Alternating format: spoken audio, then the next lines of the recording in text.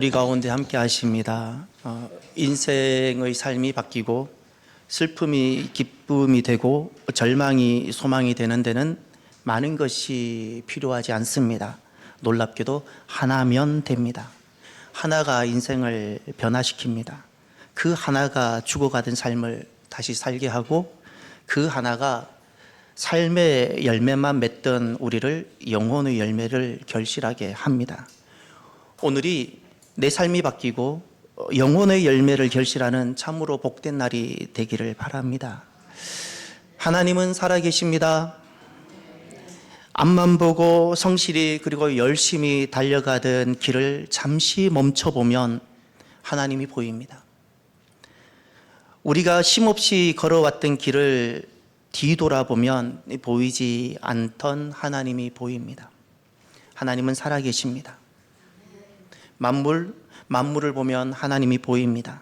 아침이 되면 정확하게 태양이 떠오릅니다. 저녁이 되면 달이 떠오르고 날마다 그 달 모양이 달라집니다. 우리는 그것을 공정과 자전이라고 해석은 할 수 있습니다. 그러나 어떻게 공정과 자전이 가능할까요? 어떻게 저 큰 지구가 우주라는 그 공간에 덩그러니 끈 하나 없이 덩그러니 떠 있을 수 있을까요?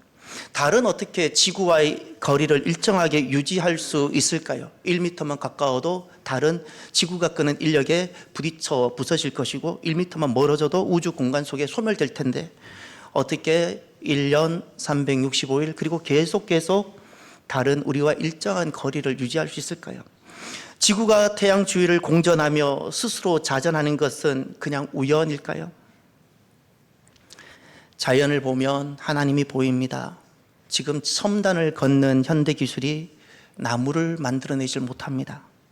봄이면 겨우내 단단하게 굳었던 그 단단한 흙을 뚫고 너무 연약하고 부드러운 새순이 돋습니다.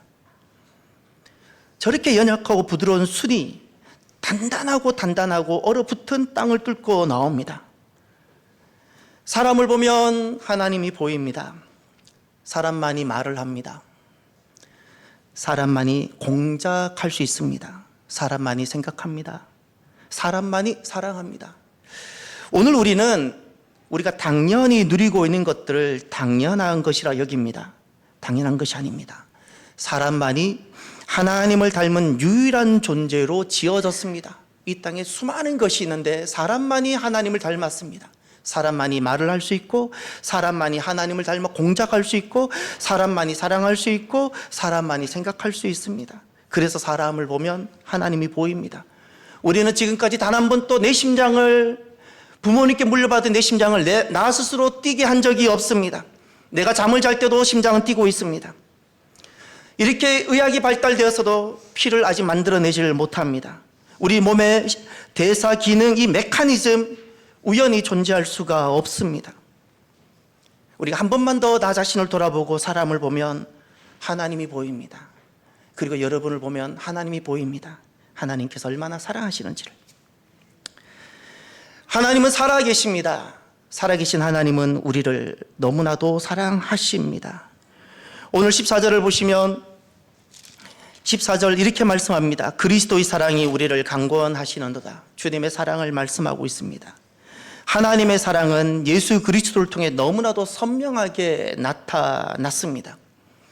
예수님을 통해 하나님 사랑은 어떻게 나타났는가? 오늘 14절과 15절에 반복되는 부사어가 하나 있습니다. 대신하다.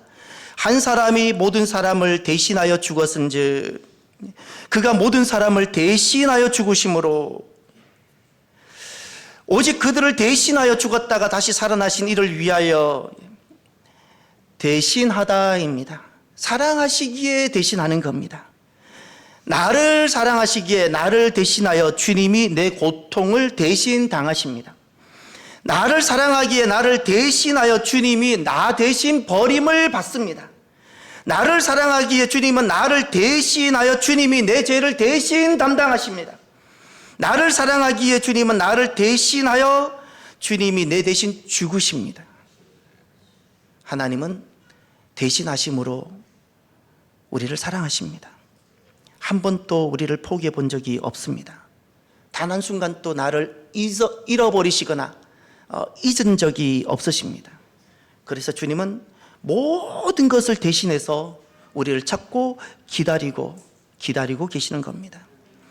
하나님의 사랑은 그냥 입으로 사랑이 아닙니다. 사랑하시기에 전부를 대신해서라도 우리를 살려내시는 사랑이십니다. 오늘 우리들은 그리스도인이라고 불리우는 사람들이 있습니다.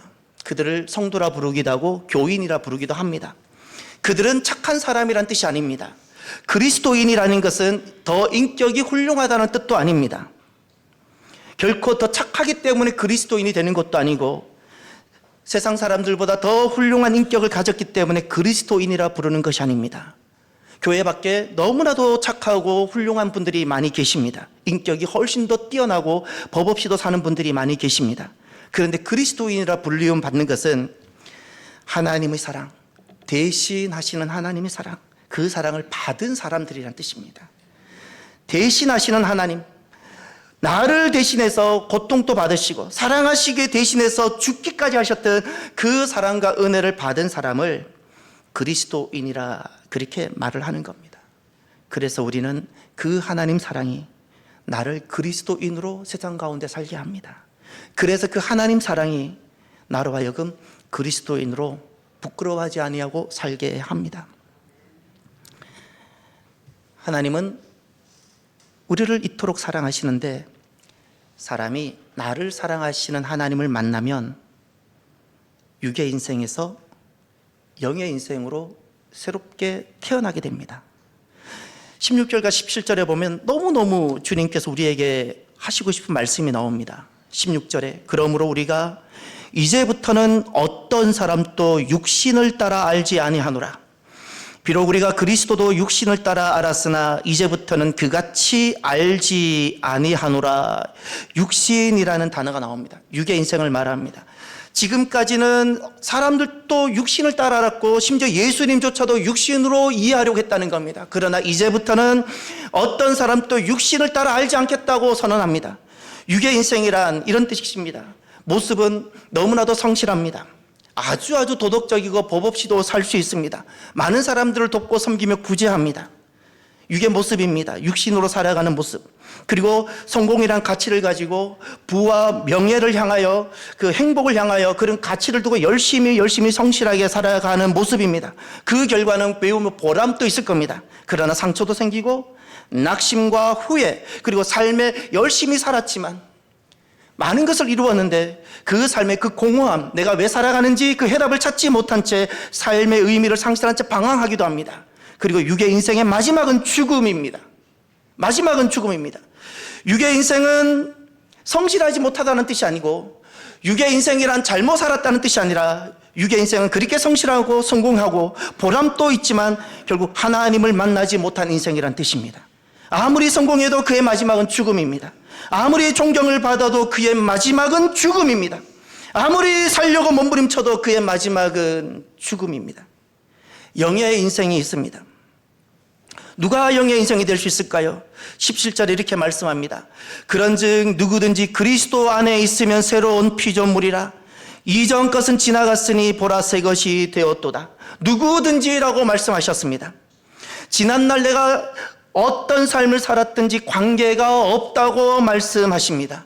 내가 착한 행실과 선행과 종교 생활을 했어야 내가 영의 인생이 된다고 말씀하시는 것이 아닙니다. 자격을 묻지 않는다고 말씀하셨습니다. 누구든지입니다. 내가 어제까지 어떤 삶을 살았든지 나는 오늘 영의 인생이 될 수 있습니다. 어떻게 영의 인생이 될 수 있을까요? 그리스도 안에 있으면이라고 말씀했습니다. 누구든지 그리스도 안에 있으면, 그리스도 안에 있다는 것은 이런 뜻입니다. 누구든지 그리스도 앞으로 나오면입니다. 주님 앞으로 나오면 받아들여집니다. 받아들여집니다. 세상은 모든 만남의 기준이 있습니다. 코드가 맞아야 하고, 그래서 우리는 세상 속에서 많은 거절받음을 안고 살아갑니다. 그러나 누구든지 그리스도 앞으로 나오면, 예수님께로 나오면 주님은 받아들여 주십니다. 받아들여 주십니다. 내가 지금까지 어떤 삶을 살았든지 묻지 아니하시고, 자격을 묻지도 아니하시고, 너 지금까지 어떻게 살아왔냐고 묻지 아니하시고, 주님은 받아들여 주십니다. 하나님의 자녀로, 새 사람으로. 그때 우리는 무엇을 경험하는가? 내 인생 그렇게 흔들리고 그렇게 성실하게 살았지만 흔들리고 때로는 두려움과 염려로 가득하던 내 인생에 빛이 시작되어지고 내 인생이 확정되어지고 견고하게 되어지며 흔들리지 않게 되어지는 겁니다. 내 인생이 주님께 받아들여지는 순간, 그것이 어떻게 이루어지는가? 오늘 본문에 이렇게 말씀합니다. 이전 것은 지나갔으니 보라 새 것이 되었도다. 이전 것이 지나갑니다. 우리는 누구나 상처를 다 받고 살아갈 수 있습니다. 그러나 이전 것이 지나갑니다. 트라우마에 빠지지 않게 됩니다. 우리는 누구나가 낙심과 후회를 경험할 수 있고 실수도 할 수 있습니다. 그러나 이 모든 이전 것이 지나가기에 상처로 남아 한이 되지 않습니다. 우리는 누구나가 방황과 실수를 경험해 볼 수 있습니다. 그러나 이전 것이 지나가기에 방향을 잃지 않게 됩니다. 예수 믿는 사람들도 결국 육의 몸으로 죽게 됩니다. 그러나 이 모든 것은, 이전 것은 지나갑니다. 영원한 지옥의 심판을 받지 않게 됩니다. 이전 것은 다 지나갑니다. 예수님께 받아들여지게 되어지면 내가 지금까지 성실함으로 많은 사람을 돕고 살아왔던, 그러나 내 안에 있는 그 상처와 낙심과 후회와 방황과 그리고 마지막 그 죽음, 영원한 죽음, 이 모든 것이 지나가고 육으로 살던 모든 것이 지나가고 새로운 것이 시작되어집니다. 이것이 그리스도 안에서 이루어지는 겁니다. 그 결과를 오늘 주님은 새로운 피조물이라 말씀하셨습니다. 마치 이전 삶이 포맷이 되어지는 것, 포맷이 되어지고 다시 출발하게 되는 겁니다. 포맷이 되고 나면 이렇게 됩니다. 어제까지 보던 태양이, 동일한 태양이 떠오르는데 달라 보입니다. 어제까지 내가 마셨던 공기가 포맷이 되고 나면, 내가 주님께 받아들여지고 내가 나의 이전 모든 것이 지나가게 되고 나면, 새로운 피조물이 되고 나면 어제 마셨던 공기와 오늘 아침에 마시는 공기가 달라집니다. 지금까지는 성공과 행복을 향해 앞만 보고 달렸던 나인데 내 인생이 포맷이 되어지고 주님께 받아들여지는 순간 이제 길가에 자라고 있는 풀잎이 보이기 시작하고 나무 잎들이 손을 들고 하나님을 높이고 찬양하는 것들이, 그 풀잎이 살아있는 것들이 보이기 시작합니다. 온 자연과 대지 위에 충만하신 하나님이 보이고 불안과 염려, 근심과 두려움의 옛사람은 다 지나가고 하나님 사랑 안에 있는 그 기쁨과 평강, 그 영원한 소망으로 새로운 삶이 출발하게 되는 겁니다. 그리스도 예수님께서 우리를 받아들여지는 순간 우리에게는 지난 날이 포맷이 되어지고 새로운 삶이 시작되어집니다. 사랑하는 성도 여러분, 하나님은 살아계십니다. 우리가 주일에만 예배를 드리고 흔히 기독교라 불리는 것은 단순히 종교가 아닙니다. 주님은 살아계시기에 저는 그것을 온몸으로, 제 삶으로 경험하고 제 삶에는 하나님의 살아계심이 너무나도 흔적, 스티그마로 많이 남아있어서 하나님의 살아계심을 여기를 봐도 하나님이 보이고 저기도 봐도 하나님 보입니다. 그 하나님이 우리를 사랑하십니다. 사랑하십니다. 사랑받을 만한 자격이 되지 못하는데 사랑하십니다. 마치 부모가 우리의 자녀가 아직도 철이 들지 않으실지라도 우리는 끊임없이 자녀를 사랑하고 사랑하듯이 하나님은 우리 부모와도 비교할 수 없는 사랑으로 우리를 사랑하시고 또 기다리시고 찾고 계십니다. 사랑하십니다. 인생을 살아가면서 많은 복을 받아 누릴 수 있는데 가장 큰 복은 하나님께 받아들여지는 겁니다. 자격이 없는데 받아들여지는 겁니다. 누구든지 예수님 앞으로 나오면 주님은 받아들여 주십니다. 받아들여 주십니다. 그러면 내 인생은 지나간 모든 것이 포맷이 되어집니다. 지우고 싶었던 순간들, 잊고 싶었던 순간들, 상처가 되고 아픔이 되었던 모든 순간들이 포맷이 되어지고 주님 안에서 완전히 새로운 삶이 시작이 되어집니다. 저와 여러분이 하나님께 받아들여져서 새로운 삶을 살아가는 복되고 귀한 하나님의 사람들, 하나님의 백성들이 되기를 주의 이름으로 축원합니다. 기도합시다. 하나님 감사